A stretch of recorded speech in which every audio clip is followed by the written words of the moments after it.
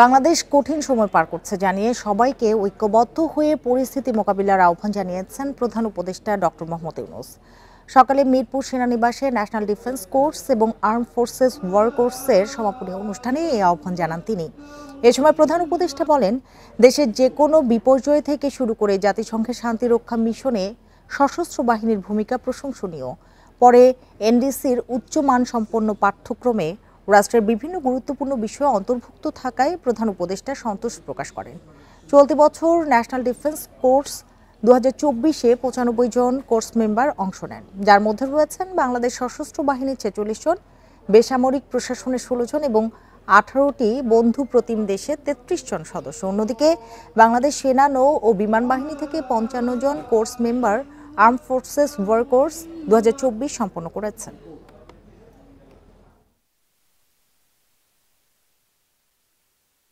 Globally, we are at a strategically সারা বিশ্বে অস্থিরতা আছে, বাংলাদেশও কঠিন সময় পার করছে। এখন সবাইকে ঐক্যবদ্ধ থাকতে হবে, তাহলেই সব ধরনের সমস্যার সমাধান সম্ভব।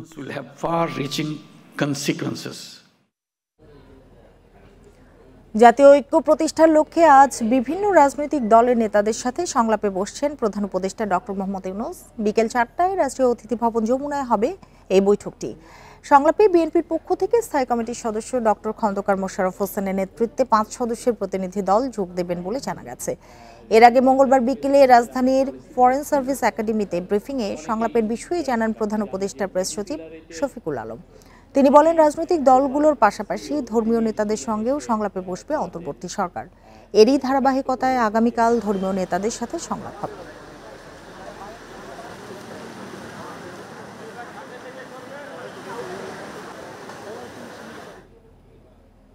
ভারতের বর্তমান সরকারকে সাম্প্রদায়িক বলে দাবি করেছেন বিএনপি নেতা রুহুল কবির রিজভী। তার অভিযোগ, দেশটির গণমাধ্যম মিথ্যা তথ্য ছড়াচ্ছে আর ফেসবুক পুঁজি করে একটি মহল দাঙ্গা সৃষ্টির চেষ্টা করছে। দেশের সার্বভৌমত্ব রক্ষায় দিল্লি ষড়যন্ত্রের জবাব দিতে হবে হিন্দু মুসলমান এক হয়ে। সকালে পূজা উদযাপন ফ্রন্টের বিক্ষোভ সমাবেশে এসব কথা বলেন রিজভী।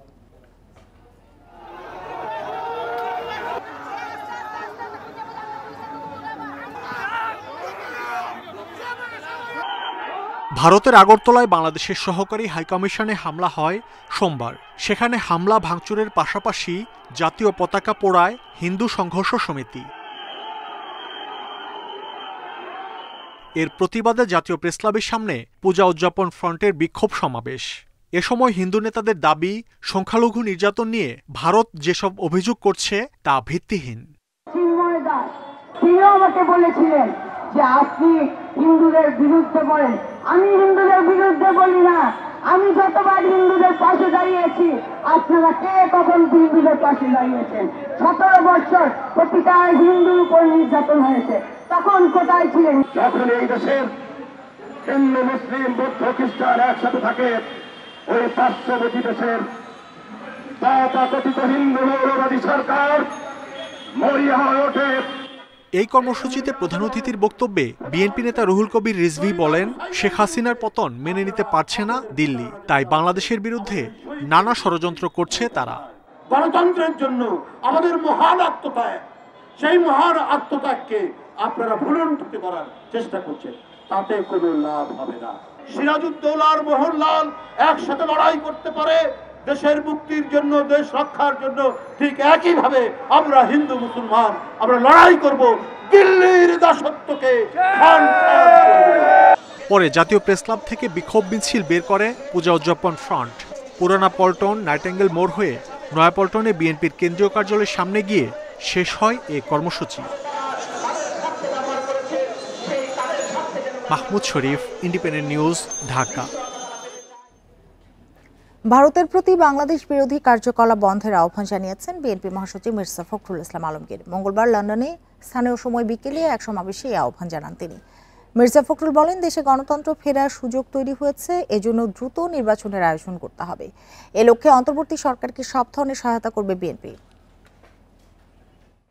ভারত তার যে অতীতে এই যে ভুল করেছে এবং বাংলাদেশের মানুষের সঙ্গে যে বিচ্ছিন্নতা সৃষ্টি করেছে, এটাকে তারা কাটিয়ে ওঠার চেষ্টা করবে এবং তাদের এখন যে কার্যকলাপ যারা বাংলাদেশের বিরুদ্ধে করছে সেই কার্যকলাপগুলোকে তারা বন্ধ করবে।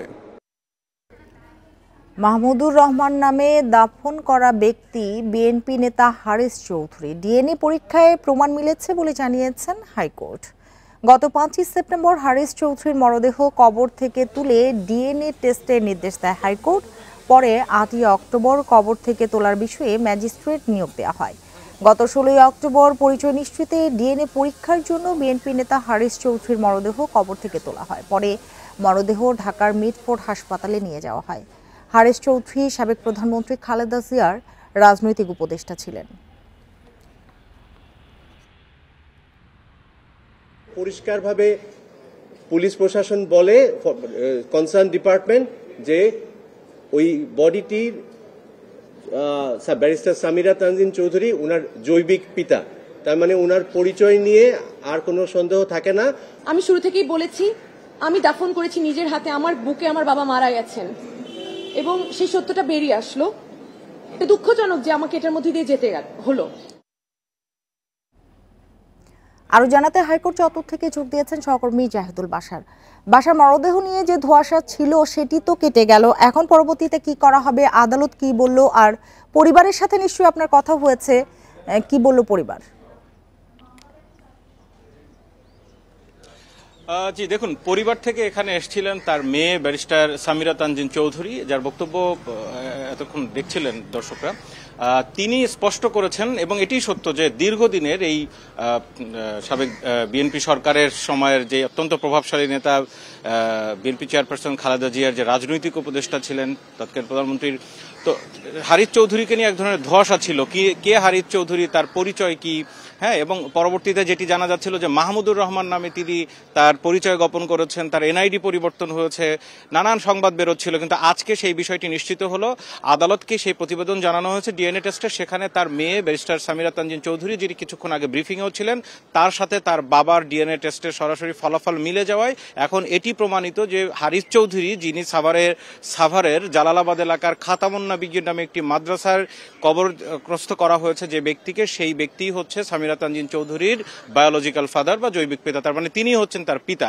এটি আজকে কোর্টে সেই প্রতিবেদন দেওয়া হয়েছে এবং আদালত সাথে সাথে সংশ্লিষ্ট প্রশাসনকে নির্দেশনা দিয়েছেন যে এখন যেই মরদেহ অর্থাৎ দেহাবশেষ যেটি এখন ঢাকা মেডিকেল কলেজে রয়েছে সেটিকে একেবারে, যেহেতু তিনি মুক্তিযোদ্ধা ছিলেন, মুক্তিযোদ্ধা হিসেবে তার যতটা প্রাপ্য, মৃত্যুর পরে যেভাবে মুক্তিযোদ্ধার সম্মান সহ যেই দাফন প্রক্রিয়া করার কথা সেটি যেন সেইখানে করা হয় যেখানে হারিস চৌধুরী ওসিয়ত করে গেছেন। তার মেয়ে আমাকে জানাচ্ছিলেন যে তার বাড়ি সিলেটের যে কানাইঘাটের তার বাবারই করা একটি কবরস্থান, সেখানে যেন সরাসরি একেবারে মুক্তিযোদ্ধা হিসেবে যথাযথ সম্মান দিয়ে তাকে যেন দাফনের ব্যবস্থা করা, এবং খুব শীঘ্রই সেই ব্যবস্থাটি নেওয়া হবে সেটি তিনি বলেছেন।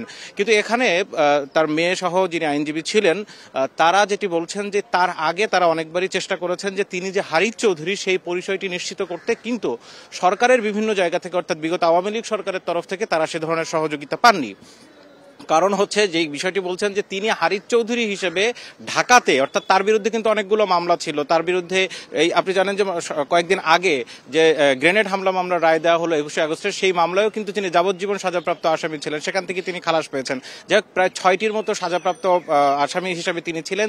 তিনি ঢাকায় যে অবস্থান করেছেন, সরকারের এত গোয়েন্দা বাহিনী তাকে ট্রেস করতে না পারার এই ব্যর্থতা ঢাকতেই তাকে এতদিন তার পরিচয় নিশ্চিত করতে দেওয়া হয়নি, সেখানে বাধা প্রতিবন্ধকতা ছিল, সেটি তার মেয়ে তার আইনজীবীরা আজকে বলেছেন।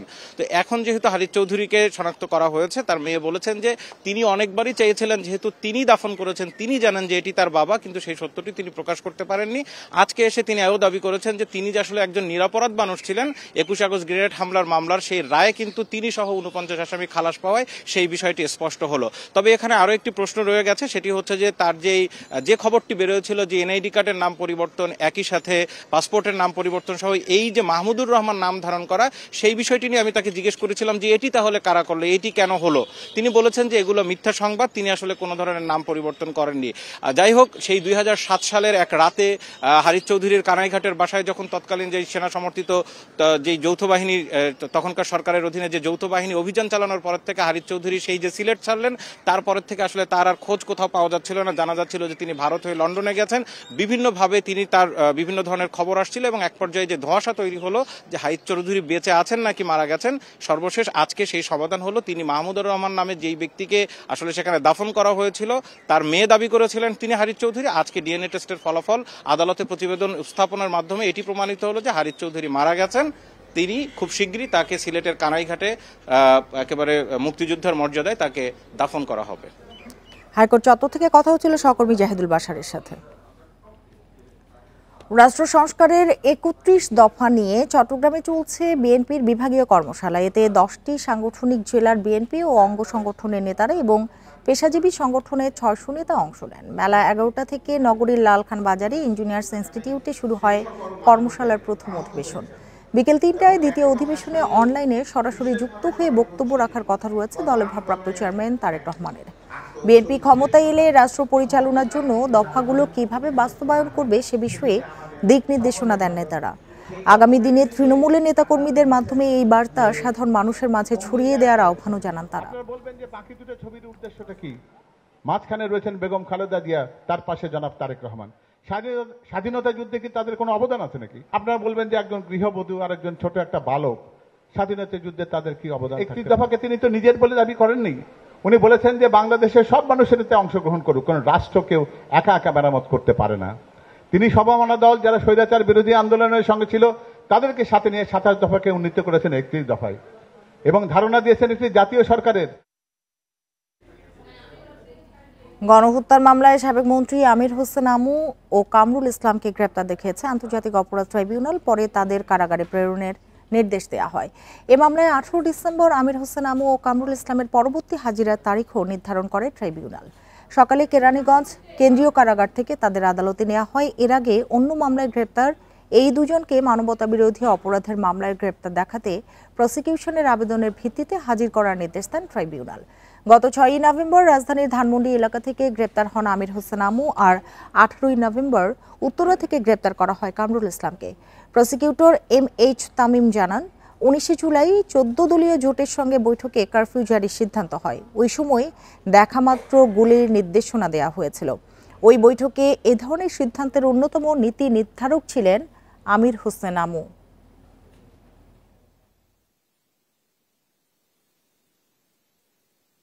কারা কর্তৃপক্ষ এই দুজন ব্যক্তিকে ট্রাইব্যুনালে উপস্থাপন করেন। তাদের বিরুদ্ধে ইতিমধ্যে তদন্তে যে সমস্ত অভিযোগ পাওয়া গিয়েছে আমরা সেগুলোকে ট্রাইব্যুনালের সামনে পড়ে শুনিয়েছি, তারাও শুনেছেন। ট্রাইব্যুনাল পরবর্তীতে আমাদের আবেদন মঞ্জুর করে তাদেরকে ট্রাইব্যুনালের মামলায় গ্রেফতার দেখিয়েছেন এবং কারাগারে প্রেরণের নির্দেশ দিয়েছেন। 5 আগস্টের পট পরিবর্তনের সময় পালানো 2200 কারাবন্দী 700 জন এখনও গ্রেপ্তার করা হয়নি বলে জানিয়েছেন কারা মহাপরিদর্শক। এছাড়া কোনো আসামিকে বিশেষ সুবিধা দেওয়া হচ্ছে না, ডিভিশনও বিধি মেনেই দেওয়া হচ্ছে বলে নিশ্চিত করেন তিনি। সকালে সংবাদ সম্মেলনে এসব কথা বলেন কারা প্রধান। সম্প্রতি বঙ্গবন্ধু মেডিকেল হাসপাতালে চিকিৎসা নিতে গিয়ে নাজেহাল হন সাবেক মন্ত্রী আসাদুজ্জামান নূর। আসামিদের জেল হাজতে আনা নেওয়ার সময় ঘটে বিশৃঙ্খলা। এসব ঘটনায় কারা কর্তৃপক্ষ বলছে, কোনো আসামিকে পুলিশে হস্তান্তরের পর তাদের আর কোনো দায় থাকে না। সংবাদ সম্মেলনে কারা মহাপরিদর্শক আরও জানান, কোনো কয়েদিকেই বিশেষ সুযোগ সুবিধা দেয়া হচ্ছে না, বিধি মেনে দেয়া হচ্ছে ডিভিশন। যারা হচ্ছেন বিভিন্ন সমাজের গণ্যমান্য ব্যক্তি, মন্ত্রী, এমপি সহ যারা আছেন তাদের ব্যাপারে এটা হচ্ছে আমরা জেলা প্রশাসক এবং জেলা ম্যাজিস্ট্রেট আসলে এখতিয়ার, এটা তারা আবেদন করার প্রেক্ষিতে তারা অনুমোদন করেন এবং এক্ষেত্রে যারা এরকম পাওয়ার যোগ্য তাদের অনেকে আবেদন করেছেন, আবেদনের প্রেক্ষিতে অনেকেই পেয়েছেন। 5 আগস্টের পট পরিবর্তনের সময় দেশের নানা কারাগার থেকে পালিয়ে যায় 2200 আসামি। তাদের 1500 জনকে এরই মধ্যে গ্রেপ্তার করা হয়েছে। পালিয়ে থাকাদের মধ্যে রয়েছে ফাঁসির দণ্ডপ্রাপ্ত ও আলোচিত নানা মামলার 70 আসামি। আমাদের অবকাঠামোগত দুর্বলতা ছিল এবং যেটা হচ্ছে আপনারা জানেন কারাগারগুলো বহির নিরাপত্তা অথবা এক্সটার্নাল থ্রেটের নিরাপত্তার দায়িত্বে আসলে আমাদের আইন শৃঙ্খলা রক্ষাকারী বাহিনী থাকেন। তো এই ক্ষেত্রে ওই সময় আমাদের আইন শৃঙ্খলা রক্ষাকারী বাহিনীর অনুপস্থিতিজনিত কারণে ঘটনাগুলো আমরা থামাতে পারিনি। এছাড়া আরেকটা বিষয় উঠে আসছে যেটা হচ্ছে আমাদের কিছু প্রাতিষ্ঠানিক দুর্বলতা। এছাড়া কোনো কারারক্ষীর বিরুদ্ধে সুনির্দিষ্ট অভিযোগ থাকলে তার বিরুদ্ধে কঠোর ব্যবস্থা নেওয়া হবে বলেও জানানো হয় সংবাদ সম্মেলনে। আমাদের কাছে ডকুমেন্টেড নাই বলে আমরা। Khaled Raihan, independent news, Dhaka. রাজনৈতিক কারণে ভারতের সঙ্গে বাণিজ্যিক সম্পর্কে কোনো প্রভাব পড়বে না বলে জানিয়েছেন অর্থ উপদেষ্টা ডক্টর সালেউদ্দিন আহমেদ। তিনি বলেন, রোজার সময় বাজার পরিস্থিতি স্বাভাবিক থাকবে। সিন্ডিকেট যারা করে তারা সরবরাহ বিপণন সব পর্যায়ে করে। দুপুরে সচিবালয়ে সাংবাদিকদের এসব কথা জানান অর্থ উপদেষ্টা। বলেন, সিন্ডিকেট সহ চাঁদাবাজি নিয়ন্ত্রণে রাজনৈতিক সহায়তা প্রয়োজন। এ সময় চলমান পরিস্থিতি নিয়ে সাংবাদিকদের এক প্রশ্নের জবাবে অর্থ উপদেষ্টা বলেন, রাজনৈতিক কারণে ভারতের সঙ্গে বাণিজ্যিক সম্পর্কে কোনো প্রভাব পড়বে না। ভারতের নেতাদের রাজনৈতিক বক্তব্য যাই হোক, তাদের ব্যবসায়ীদের স্বার্থও দেখতে হবে। যারা আপনার বিক্রি করে তারা তো কিন্তু ওই পলিটিশিয়ানরা কি বলে না বলে, যদি ওখানে এক্সেস থাকে প্রাইসের আপনার ইস্যু হয়, তারা কি করবে? বিক্রি করতে হবে। আপনার কাছে বিক্রি করে আরেকজনের কাছে বিক্রি করতে হবে। অর্থাৎ এটা আমার মনে হয় হ্যাঁ কিছুটা তারা বলে দেবো না, তখন তারা ওদিকে ব্যবসায়ীরা তখন প্রোটেস্ট করবে যে আমরা কোথায় যাবো। ভারতে আবার চাল উৎপন্ন হয়, যখন এক্সেস থাকে পেঁয়াজ উৎপন্ন হয়, তখন কোথায় বিক্রি করবে। চট্টগ্রামের আদালতে পুলিশের ওপর চিন্ময় কৃষ্ণ দাসের অনুসারীদের হামলার ঘটনায় 12 আসামি 6 দিন করে রিমান্ড মঞ্জুর করা হয়েছে। বেলা 11টায় মেট্রোপলিটন ম্যাজিস্ট্রেট আব্দুল হালিম এর নির্দেশ দেন। সকালে আসামিদের প্রত্যেকের 7 দিনের রিমান্ড আবেদন করেন তদন্তকারী কর্মকর্তা। এর আগে কঠোর নিরাপত্তায় আসামিদের আদালতে হাজির করা হয়। সোমবার চট্টগ্রামের আদালত চত্বরে সংঘর্ষ ও আইনজীবী সাইফুল ইসলাম আলিফ হত্যা মামলার 17 আসামিকে আদালতে তোলা হয়।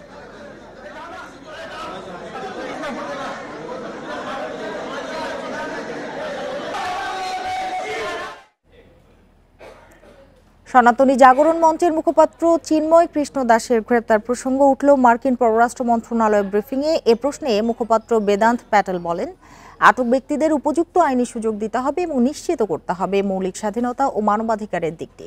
পাশাপাশি চিন্ময় ইস্যুতে মার্কিন পররাষ্ট্র মন্ত্রণালয়ের কাছে বিশদ তথ্য নেই বলেও জানান তিনি। ব্রিফিংয়ে সংখ্যালঘু প্রসঙ্গে যুক্তরাষ্ট্র কোনো কূটনৈতিক উদ্যোগ নেবে কিনা এমন প্রশ্নে বেদান্ত প্যাটেল বলেন, ধর্মীয় স্বাধীনতা বিষয়ে মার্কিন প্রশাসন সব সরকারের সঙ্গেই কাজ করে আসছে। মানবাধিকারের প্রতি যুক্তরাষ্ট্রের অবস্থান আগেও স্পষ্ট ছিল, আগামীতেও তা অব্যাহত থাকবে। In Bangladesh, also Tulsi Gabbard have the details surrounding that case, but Chinmoy Krishna দাসের মামলার বিষয়ে আমাদের কাছে সুনির্দিষ্ট কোনো তথ্য নেই। তবে প্রতিটি ক্ষেত্রে মানবাধিকার ও ন্যায় বিচার নিশ্চিত করার ওপর মার্কিন প্রশাসন বরাবরই জোর দিয়ে আসছে। অপরাধে অভিযুক্ত কোনো ব্যক্তির আইনি প্রতিনিধিত্ব পাওয়ার অধিকার নিশ্চিত করা প্রয়োজন। সুনামগঞ্জে দোয়ারা বাজারে ধর্ম অবমাননার অভিযোগে একজনকে গ্রেপ্তার করেছে পুলিশ। মঙ্গলবার রাত 9টার দিকে উপজেলার মংলারপুর গ্রাম থেকে অভিযুক্ত আকাশ দাসকে গ্রেপ্তার করা হয়। এর আগে রাত 8টার দিকে ইসলাম ধর্ম অবমাননার একটি পোস্ট নিজের ফেসবুকে দেওয়ার অভিযোগ ওঠে আকাশের বিরুদ্ধে। সামাজিক যোগাযোগ মাধ্যমে এই খবর ছড়ালে এলাকাবাসী তাকে গ্রেপ্তারের দাবিতে বিক্ষোভ শুরু করে। পরে পুলিশ ও সেনাবাহিনী গিয়ে পরিস্থিতি নিয়ন্ত্রণে আনে। এ সময় আটক করা হয় আকাশকে। এছাড়া ঘটনাস্থলে গিয়ে সবাইকে শান্ত থাকার আহ্বান জানিয়েছে জেলা প্রশাসক, পুলিশ সুপার সহ প্রশাসনের কর্তা ব্যক্তিরা। এ ঘটনায় বুধবার সকালে আকাশ দাসকে আসামি করে ডিজিটাল নিরাপত্তা আইনে মামলা করেছে পুলিশ। সার্বিক পরিস্থিতি ভালো আছে। আমাদের টোটাল দরবাজার বাজার সহ আকাশ দাসের বাড়িতে আমরা ফিক্সড পুলিশ প্রদান, অতিরিক্ত পুলিশ প্রদান করা আছে। সেনাবাহিনীর সদস্য ওরা ডিউটি নিয়োজিত আছে। 1 জানুয়ারি নতুন শিক্ষাবর্ষের ক্লাস শুরুর কথা থাকলেও জেলা উপজেলা পর্যায়ে এখনো পৌঁছায়নি কোনো বই। অনেক বই ছাপানোর কাজই শুরু হয়নি। মুদ্রণ ব্যবসায়ীরা বলছেন, অন্য বছর বেশিরভাগ বই এই সময়ে পৌঁছানো গেলেও সব বই দিতে মার্চ হয়ে যায়। তাই এবছর শিক্ষার্থীরা কখন সব বই হাতে পাবে তা অনিশ্চিত। চলতি বছর প্রথম থেকে তৃতীয় শ্রেণী এবং ষষ্ঠ থেকে নবম শ্রেণী পর্যন্ত নতুন শিক্ষাক্রমে কার্যক্রম চলছে। তবে ছাত্র জনতার আন্দোলনের মুখে শেখ হাসিনা সরকারের পতনের পর এই শিক্ষাক্রম বাতিল করা হয়। এরপর পাণ্ডুলিপি সংশোধনের কাজ শুরু করে এনসিটিবি। ফলে দরপত্র দিতে কিছুটা দেরি হয়। অন্যান্য বছর ছাপাখানাগুলোতেই ডিসেম্বরের শুরুতে যে ব্যস্ততা থাকে, এবার তার চেয়ে কাজের গতি অনেক কম। আমরা তো কিছুদিন হলো ছাপার কাজ শুরু করেছি, এখন ছাপা রানিং চলতেছে। বিগত বছরগুলোতে বইয়ের কাগজের মান নিয়ে প্রশ্ন থাকলেও এবার শক্ত অবস্থানে এনসিটিবি। তবে ছাপার কাজ দেরিতে শুরু হওয়ায় গতবারের মতো এবারও নির্দিষ্ট সময়ে সব বিষয়ের বই শিক্ষার্থীদের হাতে পৌঁছে দেয়া যাবে না। এমনটাই বলছেন সংশ্লিষ্টরা। আগামী বছরের জন্য 40 কোটি বই ছাপাচ্ছে বোর্ড। তবে এখনো অনেক বই ছাপানো শুরুই হয়নি। ষষ্ঠ থেকে সপ্তম শ্রেণীর দরপত্র প্রক্রিয়া শেষ হলেও ইন্সপেকশন এজেন্ট নিয়োগ না দেয়ায় এখনো শুরু হয়নি ছাপানোর কাজ। ব্যবসায়ীরা বলছেন পর্যাপ্ত সময় থাকলেও সিদ্ধান্ত নিতে দেরি হওয়ায় এই সংকট দেখা দিয়েছে। হয় অনভিজ্ঞতা অথবা গাফলতি, যে কোনো একটা কারণ আছে। আপনাকে ছোট্ট উদাহরণ আমি একটু আগেই যে বলছি, ক্লাস 8-এর ওয়ার্ক অর্ডার 6-7-এর ওয়ার্ক অর্ডার দিচ্ছেন ওনারা, ইন্সপেকশন টিম নিয়োগ হয় না। ইন্সপেকশন ঠিক না হলে কাগজের অ্যাপ্রুভাল দিবে কে, ছাপার অনুমোদন দিতে হবে, ছাপা অনুমোদন ভালো হইলে ওনারা ছাড়পত্র দিলে ডেলিভারি হবে। এই ইন্সপেকশন টিমই নাই, এখন কে কাজ করবে? অবশ্য এখনও এনসিটিবির দাবি নির্দিষ্ট সময়েই বই পৌঁছে যাবে। প্রায় অর্ধেকেরও বেশি আমরা বই ডিসেম্বরের 31 তারিখের মধ্যে যাবে। তো জানুয়ারির প্রথম সপ্তাহের মধ্যে আমরা বাকি বইগুলো দেওয়ার আমাদের পরিকল্পনা আছে, আশা করছি। এদিকে নির্দিষ্ট কিছু মিল থেকে না কিনলে কাগজ ছান না দেওয়ার অভিযোগ উঠেছে।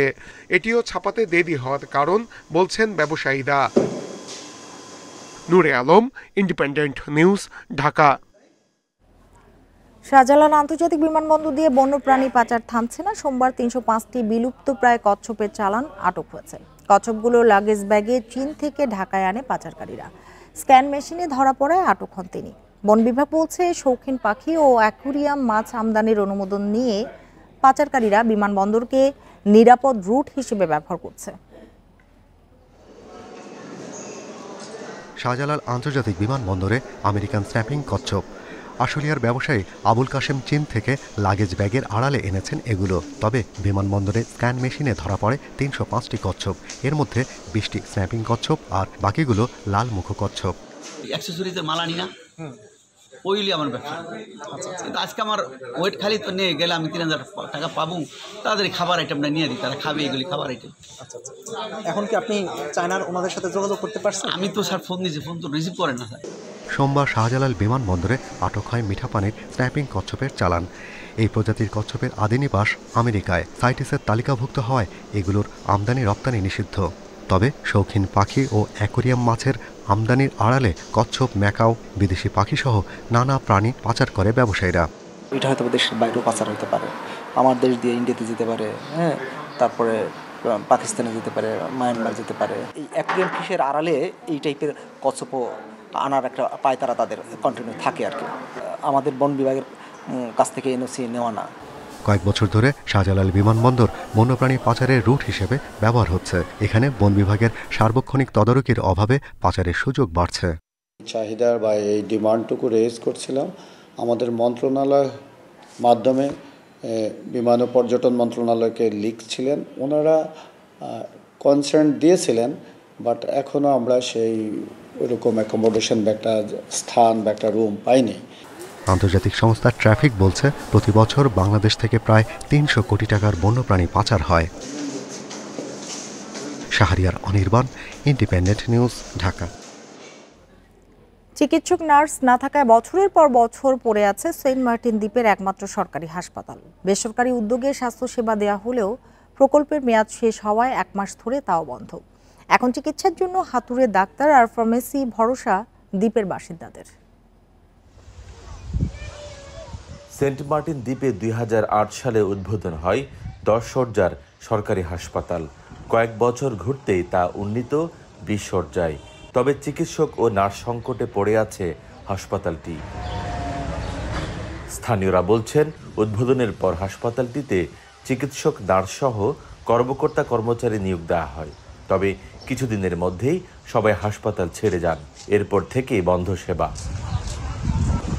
একটি বেসরকারি সংস্থার অধীনে কয়েক বছর ধরে স্বাস্থ্যসেবা পেয়ে আসছিলেন দ্বীপের বাসিন্দারা।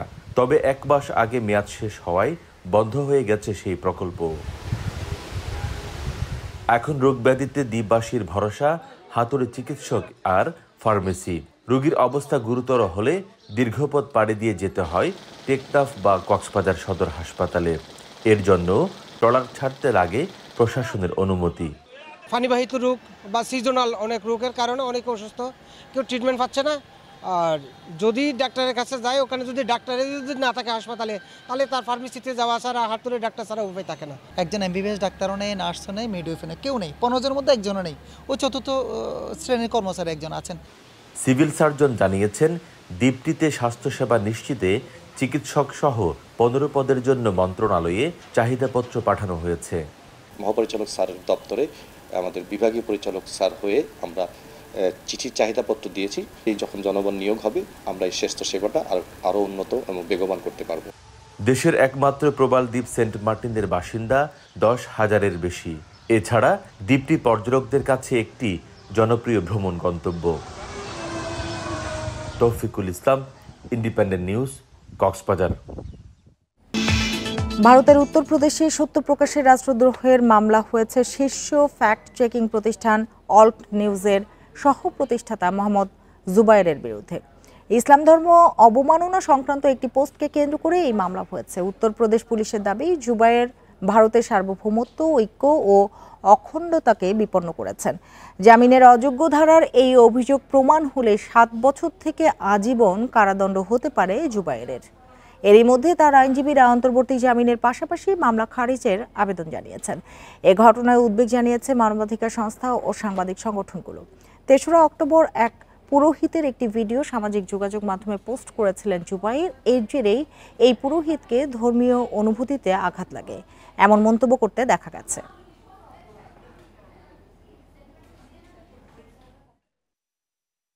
আর এতক্ষণ সাথে থাকার জন্য ধন্যবাদ সবাইকে।